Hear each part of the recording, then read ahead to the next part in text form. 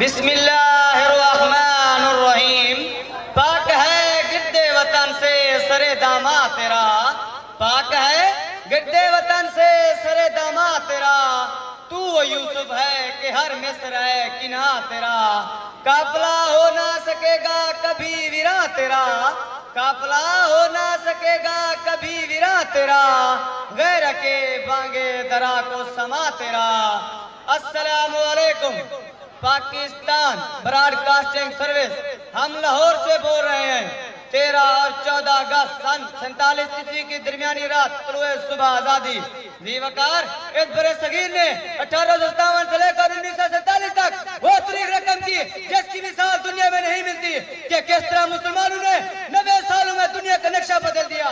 اس لازوال داستان میں سر سید احمد خان کا مسلمانوں کا بیدار کرنا، مسلم کا قیام، مسلم اتحاد کا دیوال عروج، اقبال کے انمول تصور اور محمد علی جناح سے لے کر قائد اعظم کا سفر، لاہور رقص امید میں مناظر اور طلوع صبح آزادی۔ سامعین کرام، اس سفر کے دوران ایسے جلا دینے والے مناظر دیکھنے کو ملتے ہیں جو روح تک کو چھلی کاٹ دیتے ہیں، کیونکہ یہ لازوال قربانیوں کا سفر ہے۔ ضرب کلیم ابھی زندہ و پائندہ ہے، ضرب کلیم ابھی زندہ و پائندہ ہے، ہم نے بت خانہ دورہ کے صنم توڑے ہیں۔ ذی شعور مسلمان جب مایوسی اور غلامی کے زنجیروں میں چکرے ہوئے تھے تو کراچی وزیر مشن میں ایک بچہ جنم لیتا ہے جس کا نام محمد علی جناح رکھا جاتا ہے۔ پھر بڑا ہو کر وہ اپنے قیدانِ صلیتوں کی وجہ سے برے صغیر کے مسلمانوں کا قائد اعظم کہلاتا ہے۔ علی وقار قائد اعظم کی شخصیت ایک سخت اور مضبوط چٹان کی طرح تھی، جنہوں نے اپنی صلاحیت اور ذہانت سے دشمن کا ناصر کا ڈٹ کر مقابلہ کیا اور شکست سے دوچار کیا۔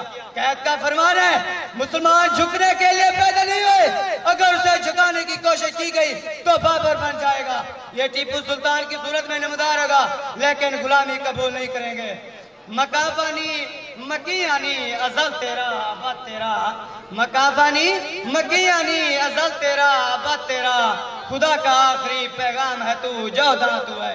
سامعین کرام، مگر افسوس ساتھ افسوس، جب میں ایک طرف دیکھتا ہوں قتل و غیرت، فریب اور جھوٹ کا کھیل دیکھتا ہوں اور یہ دیکھتا ہوں کہ ایک طرف برے صغیر کی پی ایم طریقے پاکستان میں سرگرم نظر رہتی ہے اور ایک بڑی ماں سرکاری ہسپتال میں امراض کر لیا جاتی ہے تو اس کی سانس روک لی جاتی ہے، تو مجھے قید کا قول یاد آتا ہے، احساس مصیبت میں سارے کر، احساس عنایت کر رسارے مصیبت کا، احساس عنایت کر رساسے مصیبت کا، امروز کی شورش میں اندیشہ فردا دے۔ علی وقار، آج اقبال کے خوف کی تعبیر اور قائد اعظم کی تصور کی تصویر کا ذمہ ہم پر ہے۔ آج ہم نے تمام اندرونی بیرونی سازوں کا خاتمہ کرنا ہے اور ملک و ملت کو ترقی کی راہ پر گامزن کرنا ہے۔ کشتی حق کا زمانے میں سہارا تو ہے، کشتی حق کا زمانے میں سہارا تو ہے، اسرے نورات ہے دھندلا سا ستارہ تو ہے۔ اجازت چاہوں گا، والسلام۔